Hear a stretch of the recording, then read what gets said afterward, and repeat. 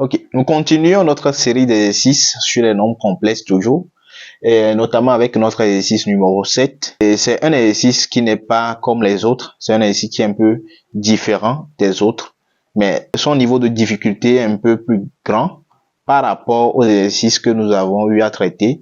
Je les ai programmés ainsi pour vous permettre de pouvoir avaler un petit morceau à chaque fois. C'est-à-dire que vous n'allez pas commencer dans un chapitre en prenant des exercices de haut niveau. Nous allons commencer, comme j'ai eu à le faire avec vous, nous allons commencer avec l'exercice de bas niveau pour monter comme en escalier. Donc à chaque fois, on va essayer de prendre un exercice qui a un niveau de difficulté plus grand que l'exercice précédent. Donc l'exercice numéro 7, c'est certes un exercice des nombres complexes, mais c'est un exercice dans lequel vous allez retrouver également les notions sur les suites numériques que vous avez vues dans la classe de première.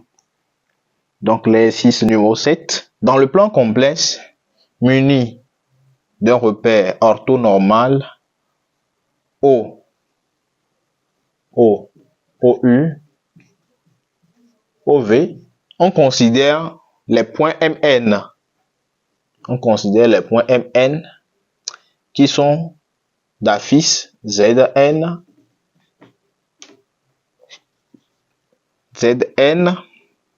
qui est égal à 1 plus I racine de 3 facteur de I sur 2 à la puissance N, et ceci quel que soit N entier naturel. Donc ce qu'on me demande premièrement ici, c'est d'exprimer Zn plus 1 en fonction de Zn, puis en fonction de Z0 et N. D'abord, il faut comprendre la question. Donc ici, on vous demande d'abord de trouver Zn plus 1 en fonction de Zn. Et ensuite, vous allez trouver le Zn plus 1 là en fonction de Z0 et de N. Donc premièrement, exprimons premièrement Zn plus 1 en fonction de Zn. Voilà, donc c'est ici que je vous disais que vous allez retrouver les notions sur les suites numériques. Si vous avez une suite Vn, et qu'on vous demande de calculer à partir de la suite Vn là, la suite Vn plus 1, donc il faut juste remarquer la différence. Vous voyez que passer de Vn pour venir à Vn plus 1, il suffirait que dans l'expression de Vn, là où vous avez N, vous le remplacez par N plus 1 tout simplement. Donc c'est également vrai, voilà, notamment dans les nombres complexes. Donc ça me fait Zn plus 1, voilà, pour avoir Zn plus 1, là où j'ai N dans l'expression de Zn, je remplace le N là chaque fois par N plus 1. Remplacer, ça veut dire que enlever l'ancien pour mettre le nouveau. Donc ça me fait 1 plus I racine de 3 facteur de I sur 2. Voilà, je retrouve un N, je l'enlève et je mets N plus 1 à la place. Donc ça me fait I sur 2 facteur de N plus 1. Et comme vous le savez, la partie là, on peut utiliser les propriétés sur la puissance pour transformer ça. Nous savons que A à la puissance M plus N, ça fait A à la puissance M fois A à la puissance N. Donc si je l'applique à ceci, donc j'aurai Zn plus 1 qui sera égal à quoi? 1 plus I racine de 3 facteur de I sur 2 que multiplie maintenant I sur 2 à la puissance N que multiplie I sur 2 à la puissance 1. Remarquez ceci, tout ce qui est là, c'est encore Zn. Donc ça me fait Zn fois I sur 2 à la puissance 1, ça revient à I sur 2. Donc si je mets tout ça là, plus proprement, donc ça me fait I sur 2 fois Zn. Donc Zn plus 1 est égal à I sur 2 Zn. Donc on vient de trouver Zn plus 1 en fonction de Zn. Donc on continue avec Zn plus 1, c'est-à-dire qu'on doit exprimer maintenant Zn plus 1 qui sera fonction de Z0 et de N. Partons de là. On sait que Zn plus 1 est égal à I sur 2 Zn. Donc, pour ceux qui ont oublié les notions sur les suites numériques, bon, je tiens à vous préciser que c'est des notions dont vous ferez, voilà, à chaque fois appel dans la classe de terminale, et c'est judicieux si vous retournez revoir les cahiers là pour pouvoir essayer de mettre tout ça là au frais dans le cerveau. Parce que ce sont les notions des suites numériques, vous allez non seulement l'utiliser dans les complexes, ça va même revenir dans la probabilité, et comme ça revient également dans les fonctions. Donc, il faut retourner les apprendre pour pouvoir, voilà, avoir toutes leurs formules à proximité. Ça va beaucoup vous aider. Donc, Zn plus 1, qui est I sur 2 fois Zn, c'est comme vous avez Vn plus 1, qui est égal à un coefficient peut-être 2 fois Vn. Donc, si je retrouve dans les suites une expression de la sorte qui met Vn en liaison avec Vn plus 1, on dira que la suite là est une suite géométrique parce que je fais le produit d'un coefficient fois Vn pour retrouver quoi? Vn plus 1. Donc, ceci, c'est l'expression typique d'une suite géométrique. Et la raison, c'est le coefficient qui multiplie le Vn. Donc, tout ça là, c'est vu dans la classe de première. Ici, si on essaie de faire l'analogie, on dira que Zn est une suite géométrique. Zn est une suite géométrique de raison Q égale à I sur 2, tout simplement. Donc là où je veux en venir, c'est que pour pouvoir avoir Zn plus 1 qui soit fonction de Z0 et N, il faut d'abord remarquer ceci et maintenant utiliser ce qu'on appelle la formule explicite des suites géométriques. Donc, que me donne la formule explicite? Formule explicite. Ça me dit déjà que on a Zn qui sera égal à quoi? Zk fois Q à la puissance N moins K. C'est ça la formule explicite d'une suite géométrique. Maintenant, le K là représente quoi? L'indice du premier terme de la suite, Zn. Maintenant, quel est l'indice? Comment trouver l'indice du premier terme d'une suite? Il suffit de voir l'intervalle qu'on vous a donné pour le petit n de la suite. Petit n varie dans l'ensemble des entiers naturels. Et dans l'ensemble des entiers naturels, la première valeur que petit n là peut prendre, c'est 0. Donc, ça fait en même temps l'indice du premier terme de la suite. Donc, on dira que l'indice du premier terme de la suite, c'est 0. Maintenant, Z0 serait en ce moment le premier terme de la suite. Donc, je remplace, j'aurai Zn qui sera égal à Z0 fois Q à la puissance N moins 0. Donc, je remplace, j'aurai Zn qui sera égal à Z0 facteur de I sur 2 à la puissance N. Donc, on vient de trouver quoi? Zn en fonction de Z0 et de N. Bon, j'ai fait une petite bêtise. En réalité, la question ne veut pas qu'on trouve Zn plus 1 en fonction de Z0 et N. C'est plutôt Zn qui doit être trouvé en fonction de Z0 et de N. Voilà, la question suivante. On nous demande de donner Z0, Z1, Z2 et Z4 sous forme algébrique et sous forme trigonométrique. Donc, 2. Calculons sous forme algébrique et trigonométrique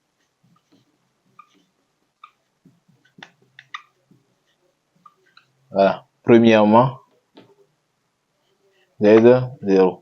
Vous avez compris le principe. Pour avoir Z0, il suffit de remplacer n par 0. Donc ça me fait 1 plus I racine de 3 que multiplie maintenant I sur 2 à la puissance 0. Donc I sur 2 à la puissance 0, comme tout nombre élevé à la puissance 0, est égal à 1. Donc j'aurai Z0 qui sera égal à 1 plus I racine de 3. Voilà la forme algébrique de Z0. Maintenant, pour sa forme trigonométrique, vous êtes habitué. Je calcule le module de Z0. Ça me fait racine carrée de 1 au carré plus racine de 3 au carré. Ce qui me fait 2. Alors, le module là mis en facteur dans Z0. Donc Z0 sera égal à 2 facteurs de demi plus I racine de 3 sur 2. Donc je forme rapidement le système. Cosinus de l'argument principal demi, sinus de l'argument principal racine de 3 sur 2, ce qui me fait un angle θ est égal à pi tiers. Tout ça, vous en êtes habitué maintenant. Donc, sous forme trigonométrique, Z0 sera égal à 2 facteurs de cosinus pi tiers plus I sinus pi tiers. Tout simplement. Passons maintenant à Z1. Le principe n'a pas changé, c'est le même. Z1, je remplace ici n par 1 dans l'expression là. Donc ça me fait 1 plus I racine de 3, facteur de I sur 2 à la puissance 1. Donc si je développe, donc ça me fait I sur 2 moins racine de 3 sur 2. Donc je réécris ça proprement, ça fait racine de 3 sur 2, moins racine de 3 sur 2, autant pour moi, plus 1 demi de I. Donc voilà la forme algébrique de Z1. Maintenant pour sa forme trigonométrique, je calcule aussi le module de Z1 qui me donne racine de moins racine de 3 sur 2 au carré plus demi au carré. Donc si vous calculez tout ça, ça fait 3 sur 4 plus 1 sur 4, ce qui fait 4 sur 4 dénominateur commun, racine de 1 qui fait 1. Donc module de Z1 est égal à 1. Donc comme le module est égal à 1, ici je n'ai plus à mettre le module en facteur. Je pose directement le système cosinus de θ égale à la partie réelle directement, moins racine de 3 sur 2, et sinus de θ serait égal à demi. Donc ce qui me fait un θ. Là je suis dans le deuxième cadran. Vous l'aurez compris parce que le cosinus est négatif et le sinus est positif. Donc je suis dans le deuxième cadran. Son équivalent dans le premier, c'est racine de 3 sur 2 et demi. Donc racine de 3 sur 2 et demi. D'abord ça me fait pi sur 6. Donc passer dans le deuxième cadran, ce qui fait 5 pi sur 6. Donc tout ça a été déjà vu. Donc ici, l'argument c'est 5 pi sur 6. Donc nous aurons la forme trigonométrique de Z1 qui sera égale à cosinus 5 pi sur 6 plus I sinus 5 pi sur 6. On passe maintenant à Z2. Donc Z2 lui serait d'abord égal à 1 plus I racine de 3. Ici le n est remplacé par 2. Donc ça me fait I sur 2 à la puissance 2. Donc je calcule. Ça me fait 1 plus I racine de 3. Donc I au carré ça fait moins 1. 2 au carré ça fait 4. Donc ça me fait moins 1 sur 4. Je développe. Ça me fait moins 1 sur 4 plus racine de 3. Non, c'est plutôt moins racine de 3 sur 4i. Donc voilà Z2. Sa forme algébrique. Maintenant, pour la forme trigonométrique, je calcule le module Donc, maintenant, je vais essayer de changer un peu la méthode. Donc, le module de Z2, pour utiliser les propriétés sur les modules. Donc, je dirais que ça me fait module. Donc, dénominateur commun, je peux regrouper. Donc, ça fait module de moins 1, moins racine de 3i, comme ceci. Or, module du rapport, ça fait le rapport des modules. Donc, ça me fait module de moins 1, moins racine de 3i sur module de 4. Maintenant, module de ce qui est au numérateur, je peux calculer ça. Ça fait racine de moins 1 au carré plus moins racine de 3 au carré divisé par module de 4, c'est 4 parce que 4 est un réel positif. Son module demeure identique à lui-même. Donc ça fait 4. Le numérateur, ça fait racine de 1 plus 3 qui fait 4. Racine de 4, ça fait 2. 2 divisé par 4, je simplifie, ce qui me fait demi. Donc module de Z2 est égal à 1 sur 2. Donc, comme le module est connu maintenant, je le mets en facteur dans Z2. Donc, Z2, je mets son module en facteur qui est demi. Donc, il va me rester moins sur 2 moins racine de 3 sur 2i. Donc, je pose maintenant mon système. Cos de θ égale à moins demi. Et sin de θ égale à moins racine de 3 sur 2. Là, je suis en face d'un angle qui est dans le troisième quadrant.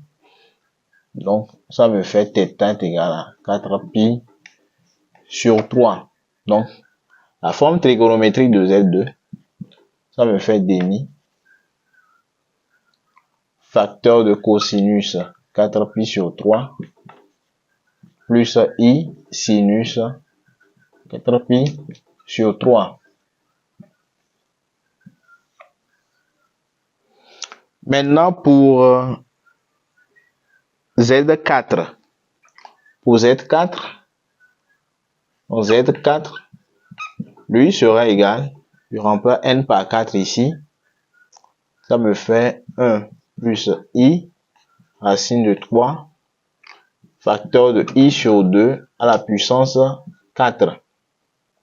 I à la puissance 4 c'est 1, 2 à la puissance 4 c'est 16. Donc ça me fait 1 sur 16 que multiplie ceci, donc ça fera 1 sur 16 plus racine de 3 sur 16 i. La forme algébrique de Z4. Pour sa forme trigonométrique, module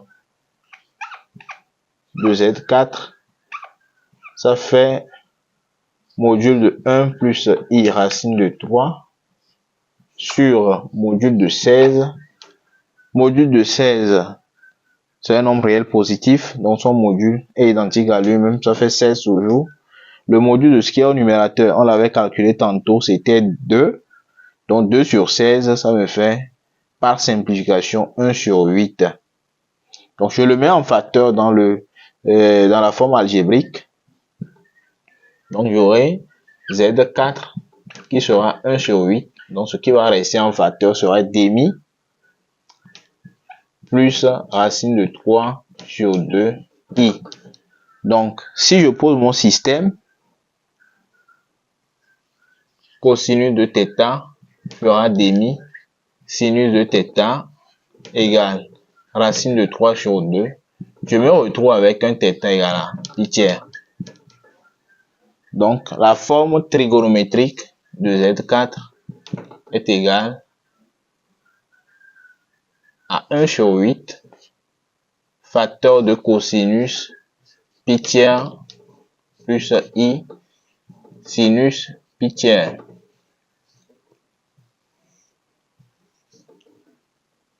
On continue avec la question 3.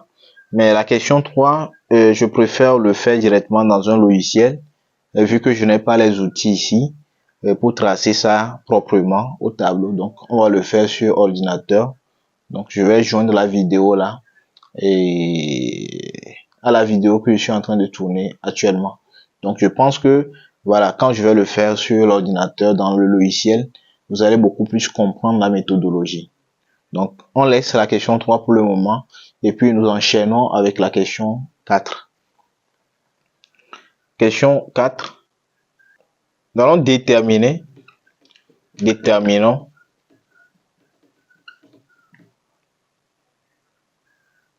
la distance OMN en fonction de n. Donc, ici, nous allons déterminer la distance OMN en fonction de n. Maintenant, rappelez-vous, quand on était au tout début sur les nombres complexes, je vous ai montré quelques principes gardés tout au long du chapitre complexe. Donc, notamment que la distance, c'est ça le module. Et que pour trouver une distance, il faut d'abord passer par le vecteur. Donc, c'est la norme du vecteur qui vous donne la distance. Donc, ici, pour avoir la distance OMN, pour rappel, il faut d'abord trouver le vecteur OMN. Parce que nous savons que la norme du vecteur OMN me donnera la distance OMN. Donc, dans les complexes, pour trouver une distance, il faut d'abord passer par le vecteur. Donc, je calcule le vecteur. Maintenant, je cherche la norme qui est le module. La norme là me donnera directement la distance OMN, tout simplement. Le vecteur OMN est égal à quoi? N'oubliez pas, un vecteur dans les complexes, c'est ce qu'on appelle l'affixe.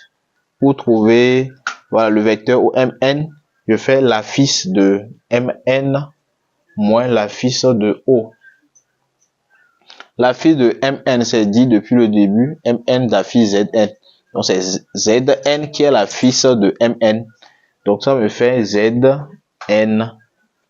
ZO. O, c'est l'origine du repère. Donc, Z de O, c'est égal à 0.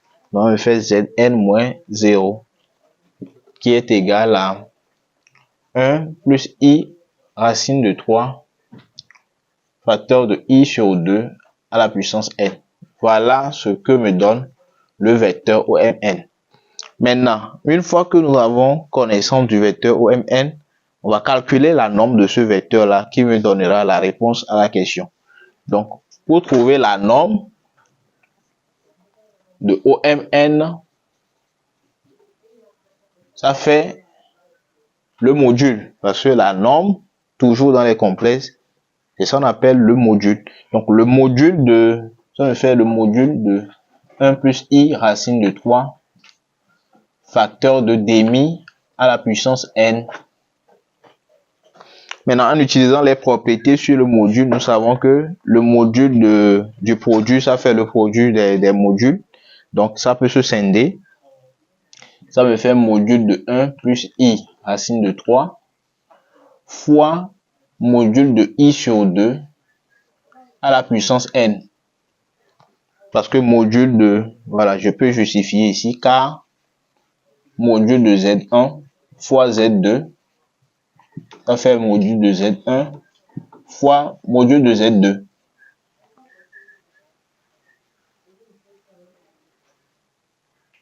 Donc ici, OMN, module de 1 plus I racine de 3, c'est calculé plusieurs fois. Nous savons que c'est 2. Donc ça me fait 2.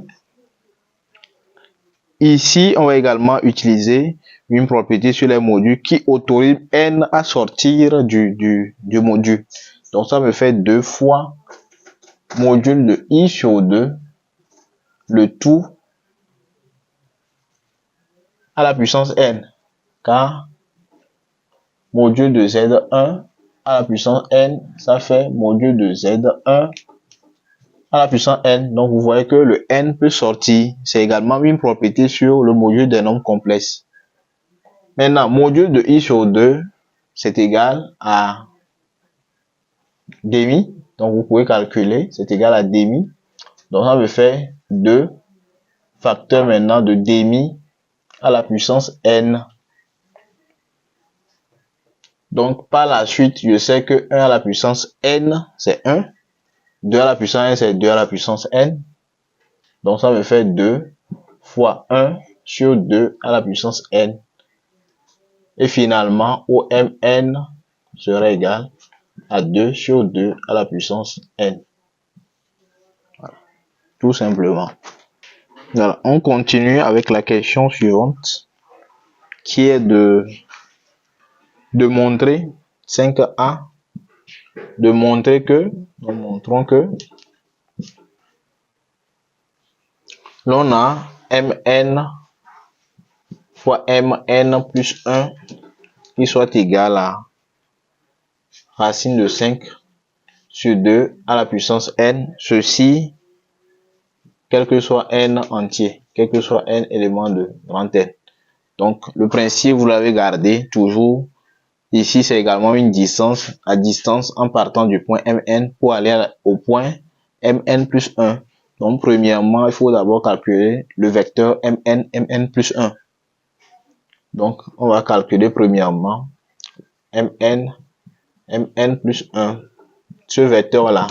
Donc ça fera la fils z de mn plus 1 moins la fils de mn. Toujours avec les suites, nous savons que mn son affiche c'est zn. Donc mn plus 1 son affiche serait zn plus 1, tout simplement. Donc ici, ça serait égal à zn plus 1 moins zn. On avait déjà calculé zn plus 1. Voilà, on peut trouver zn plus 1. C'est déjà fait quand même. Ça me fait 1 plus i racine de 3 fois i sur 2 à la puissance n fois i sur 2. C'est tout ça là qui est zn plus 1. Rappelez-vous, on a déjà fait ça. Maintenant, zn, je réécris ça. Donc, ça me fait moins 1 plus i racine de 3 facteur de i sur 2 à la puissance n. Donc, vous voyez déjà que nous avons un facteur commun pour les deux termes. Donc, pour le premier, je mets ça. Ça va me faire 1 plus i racine de 3 facteur de i sur 2 à la puissance n. Maintenant, facteur de, voilà, le facteur, je l'ai mis en facteur. Voilà, c'est redondant, mais ça a un sens. Donc, je le mets en facteur. Ce qui va rester au niveau du premier terme, c'est i sur 2. Alors, ce qui reste au niveau du second terme, c'est juste moins 1. Voilà. Donc, je viens de calculer mn plus 1, le vecteur. Maintenant, une fois le vecteur connu, il suffit de calculer quoi? Le module de ce vecteur-là pour avoir la distance recherchée. Donc, c'est ce que nous allons faire tout à l'heure. Donc, la norme de mn plus 1, le vecteur là, sa norme, qui est en fait le module de ce qui est là, ça me fait module de 1 plus i racine de 3 facteur de i sur 2 à la puissance n facteur maintenant de i sur 2 moins 1. Donc toujours les propriétés sur les modules, on peut l'appliquer. Donc ça me fait module de 1 plus i racine de 3 que multiplie i sur 2 à la puissance n. Je vous dirai pourquoi je l'ai scindé de cette façon. Fois maintenant module de, ici je réarrange, je mets la partie réelle avant la partie imaginaire, ça me fait moins 1 plus demi de i. Le pourquoi je l'ai scindé dans ces deux parties, c'est parce que le module a été déjà calculé, c'est ça qui est 2 sur 2 à la puissance n. Donc si vous regardez un peu l'expression, vous retournez un peu en arrière dans la vidéo, vous verrez que ce module a été calculé, c'est ça qui est 2 sur 2 à la puissance n. Donc je mets 2 sur 2 à la puissance n à ce niveau. Maintenant, le module de ça, connaissant la partie réelle, la partie imaginaire, c'est aisé. Ça me fait racine carrée de la partie réelle au carré moins 1 au carré qui fait 1. Demi au carré, ça fait plus 1 quart. Donc ça me fait racine de 5 quarts. Donc ça fait 2 sur 2 à la puissance n. Racine de 5 sur 4. Qui me fait 2 sur 2 à la puissance n. Racine de 5 sur racine de 4 qui est 2. Donc les deux là se simplifient.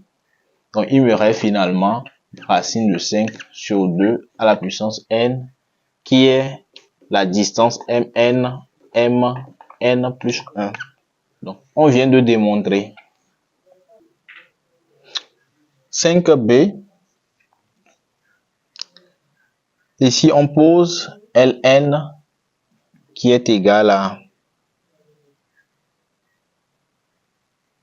M0 M1 plus M1 M2 plus somme infinie Mn plus 1. Et la question c'est de déterminons Ln en fonction de n. Bon, pour ce faire, il faudrait premièrement que vous puissiez remarquer quelque chose. On a calculé Mn plus 1 et ceci est valable quel que soit n éléments de grand N. Donc si je prends quoi? Je reprends l'expression là en prenant n égale à 0, c'est-à-dire la première valeur qui est dans grand N. Donc si je fais, donc je mets remarque, n est égal à 0, dans l'expression là, je remplace complètement, ça me fera M0, M1. Ça me fait M0, M1. Si je prends n est égal à 1, ça sera égal à M1, M2. Et ainsi de suite. Donc, vous verrez que lorsque n serait égal à n, on aura exactement ce qui est là. Où est-ce que je voulais en venir? C'est pour vous faire voir que à chaque fois, à chaque valeur de n, on a une distance donnée. Et c'est toute la distance là qui est sommée maintenant et qui donne quoi? Le Ln. Maintenant, si on essaie de voir aussi en profondeur au niveau de l'expression Mn plus 1 égale à racine de 5 sur 2, une deuxième remarque, Mn plus 1, je peux transformer, ça fait racine de 5 fois 1 sur 2, le tout à la puissance n. C'est l'expression là que j'ai transformée ainsi. Mais avec l'expression là, ça nous permet de voir rapidement que c'est une formule explicite d'une suite géométrique. Donc c'est une formule explicite d'une suite géométrique.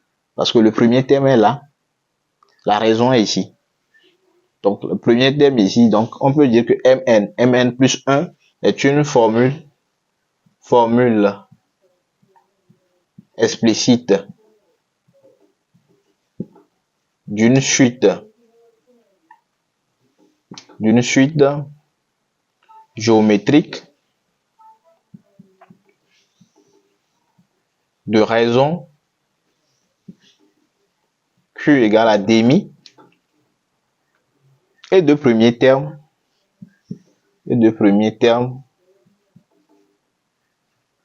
racine de 5. Parce que on l'avait déjà fait. La formule explicite d'une suite géométrique, ça fait quoi? Vn qui fait Vk fois Q à la puissance n moins K. Ici, vous comprenez que le K est égal à 0. Le pourquoi on a que n ici. Le Vk, c'est ça qui est ici, racine de 5. Et le Q, le demi là peut être traité comme étant le Q. Donc ça fait effectivement une formule explicite d'une suite géométrique. Le Ln, c'est une somme des termes d'une suite géométrique. C'est là où je voulais en venir. Donc Ln représente la somme des termes d'une suite géométrique. Donc Ln est la somme des termes d'une suite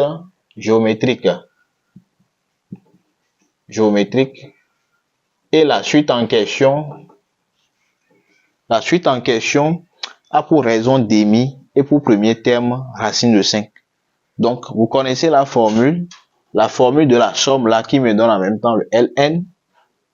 Le Ln là serait égal à quoi? À Lk facteur de 1 moins Q à la puissance grand N sur 1 moins Q.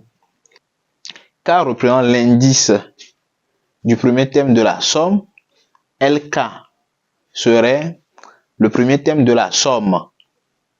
N serait le nombre de termes dans la somme, tout simplement. Et Q, c'est la raison. Donc, c'est tout ça, on va essayer de remplacer. Donc, Ln, Lk, le premier terme de la somme, c'est M0, M1. Pour trouver ça, il faut remplacer quoi? N par 0 à ce niveau pour avoir M0, M1. Donc, ça me fait M0, M1 facteur de 1 moins Q qui est demi à la puissance N. Le nombre de termes ici c'est N plus 1 parce que il suffit de voir. On quitte soit 0 à N, donc ça fait N plus 1 terme. Ou bien quelqu'un d'autre peut prendre de 1 à N plus 1 qui fait encore N plus 1 terme. Divisé par 1 moins demi. Donc on calcule M0, M1 en prenant l'expression là et en remplaçant N par 0. Donc ça me fait M0, M1 qui sera égal à racine de 5 facteur de demi à la puissance 0. Tout nombre à la puissance 0 c'est 1. Donc ça me fait finalement racine de 5 ici. Donc je remplace maintenant Ln sera égal à la racine carrée de 5 facteur de 1 moins demi à la puissance n plus 1 divisé par demi, parce que 1 moins demi c'est demi. Le 2 là peut aller multiplier la racine carrée de 5, ça me fait 2 racine carrée de 5 facteur maintenant de 1 moins demi à la puissance n plus 1. Tout simplement. Donc le Ln est égal à 2 racine de 5 facteur de 1 moins demi à la puissance n plus 1. Nous allons maintenant calculer la limite de Ln lorsque n tend vers plus l'infini. Donc limite Ln lorsque n tend vers plus l'infini sera égal à quoi? Limite lorsque n tend vers plus l'infini.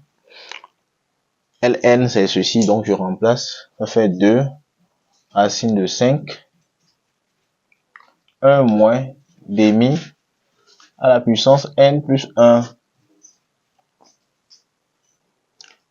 Et attardons-nous sur demi à la puissance n plus 1, son comportement lorsque n varie. Donc je fais une petite remarque. Lorsque n est égal à 0, demi de n plus 1 me donne quoi? N est égal à 0, donc ça me fait demi à la puissance 1, qui fait demi, qui me donne 0,5. Lorsque n est égal à 1, remarquez bien, ça me fait demi à la puissance n plus 1, qui me fait demi au carré, qui est 1 quart,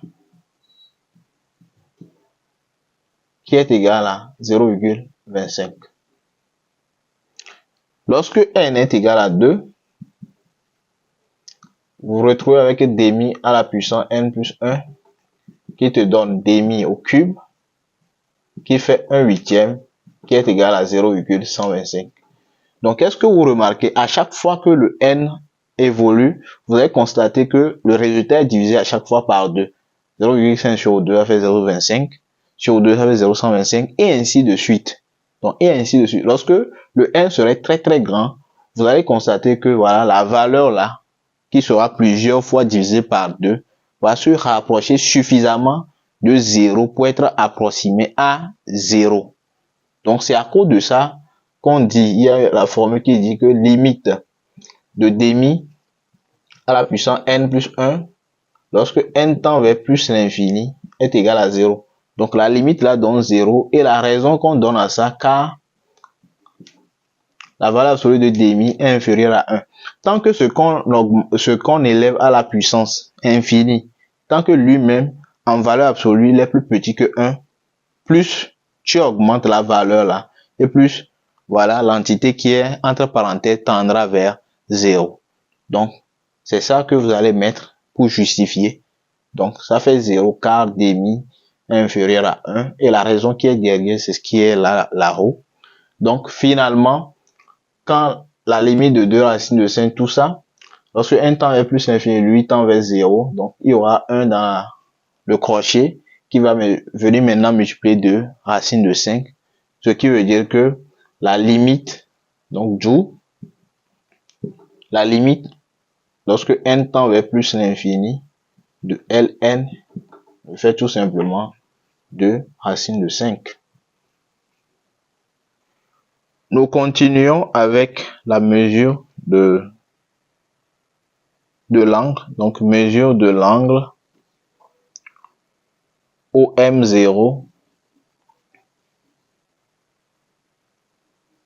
et OMN. Donc on veut l'angle qui est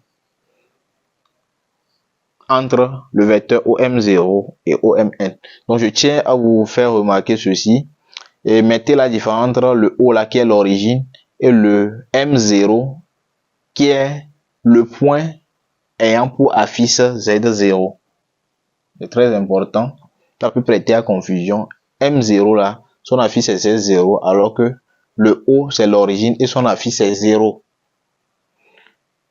Donc pour trouver la mesure d'un angle, un angle dans les complexes, on avait déjà vu que l'angle c'est l'argument. Donc pour calculer la mesure de l'angle OM0, OMN, donc MES mesure OM0, OMN, ça nous fait la transformation, là nous fait l'argument. Voilà. Et le MES devient l'argument.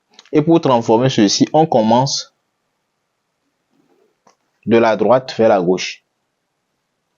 Maintenant, quand vous allez rencontrer le point virgule devient la barre de fraction. Donc ça me fait quoi? Un vecteur, nous savons que c'est l'affiche, donc ça me fait l'affiche de Mn, l'affiche de Mn, moins l'affiche de O. Voilà, point virgule, ça devient barre. L'affiche de MO, moins l'affiche de O. Voilà, c'est comme ça que vous devez transformer. Mesure devient argument. Pour lire l'expression entre parenthèses, je le fais de la droite vers la gauche. Donc, comme c'est un vecteur, ça me fait affixe. Donc, ça me fait l'affiche de Mn moins l'affiche de O. Barre de fraction, l'affiche de M0 moins l'affiche de O. Tout simplement. Maintenant, l'affiche de O, je sais que c'est 0. Donc, ça me fait argument de l'affiche de Mn, je sais que c'est Zn. C'est toujours là. L'affiche de M0, c'est ça on a dit, c'est Z0. Rappelez-vous, l'expression explicite de Zn nous donnait quoi? Z0 facteur de I sur 2 à la puissance N. Voilà, donc si je fais de là, si je fais Zn sur Z0, ça me fera demi à la puissance N.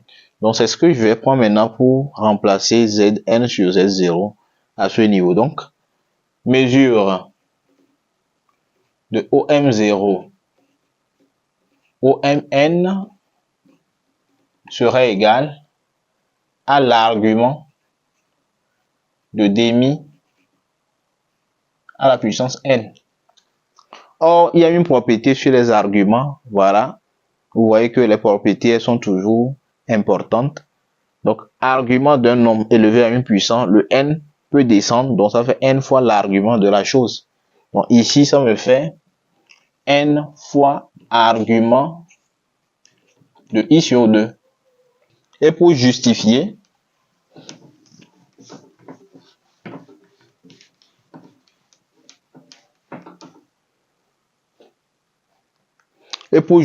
car argument de z à la puissance n, ça fait n fois argument de z, tout simplement. Donc, je continue. Mesure O M0 O Mn, ça me donnera n fois. Maintenant, argument de I sur 2. I sur 2, c'est un nombre complexe imaginaire pur, positif. Donc, on avait également vu une propriété. Ou soit, si vous ne voyez pas, vous pouvez toujours procéder comme on le fait pour déterminer quoi, l'argument d'un nombre complexe. D'abord, trouver le module, le mettre en facteur, etc. pour avoir l'argument. Mais les propriétés sont toujours bons à utiliser parce que ça permet d'aller plus vite. Donc, ici, c'est un nombre imaginaire pur, positif, donc son argument, c'est pi sur 2. Donc, ça me fait n fois pi sur 2. Donc, c'est ça la mesure de l'angle entre OM0 ou MN. Pour finir, on me demande pour quelle valeur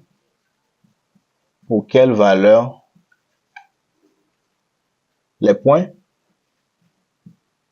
pour quelle valeur de n, bien sûr, de n, les points O, M0 et Mn sont alignés. Voilà. Donc, n'oubliez pas, nous avons déjà l'angle entre les trois points OM0 et OMN. Donc, si je prends deux vecteurs et que je veux que les trois points qui forment les deux vecteurs, je vais vous le faire comme ceci, comme ça vous allez comprendre.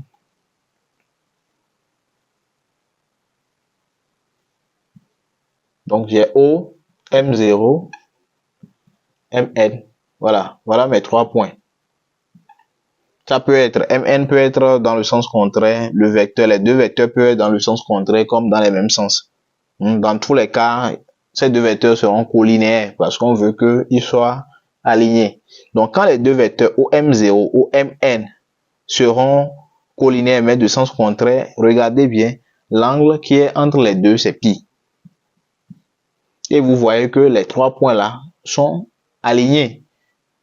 Dans le second cas, j'aurai M0 qui est situé dans le même sens que Mn. Vous voyez bien, O, M0, Mn sont toujours alignés. Mais l'angle qui est entre les vecteurs OM0 ou Mn est égal à 0. Donc ici, l'angle est égal à pi, mais là, l'angle est égal à 0. L'angle OM0, Mn est égal à 0 ici, et pi là. Maintenant, où est-ce qu'on veut en venir? C'est que si tu veux que trois points soient alignés, la condition, c'est quoi? C'est que soit l'angle qui est entre les deux vecteurs formés à partir des trois points, l'angle là doit être soit égal à 0, soit égal à pi. Voilà. Donc ici, comme on a une expression qui dépend de n, on va juste voir dans quel cas ou bien pour quelle valeur de n, on aura soit 0 ou bien on aura soit pi. Donc ce sont les valeurs de n là qui correspondent, voilà, aux valeurs qu'on nous demande dans la question. Donc pour le faire rapidement, je fais, voilà, pour n égale à 0, vous voyez bien que dans ce cas, n pi sur 2 sera égal à 0. C'est bon. Pour n égale à 1, on aura n pi sur 2 qui sera égal à pi sur 2. Ça ne va pas parce qu'on veut soit 0, soit pi. Pour n égale à 2, ça me fait n pi sur 2 qui sera égal à pi. C'est bon également. Pour n égale à 3, n pi sur 2 sera égal à 3 pi sur 2. Ça ne passe pas. Pour n égale à 4, on aura n pi sur 2 qui sera égal à 2 pi. Et la mesure principale de 2 pi, c'est 0. Donc, ça passe également. Donc, vous pouvez voir directement et faire la conjecture. Si n est égal à 0, ça passe. N est égal à 2, ça passe. N est égal à 4, ça passe. Donc, si vous continuez, vous allez remarquer qu'il n'y a que des valeurs voilà, qui sont pairs, qui permettraient aux 3 points d'être alignés. Donc, pour quelle valeur de n O M0, Mn sont alignés? Donc, O, Mo, Mn sont alignés tant que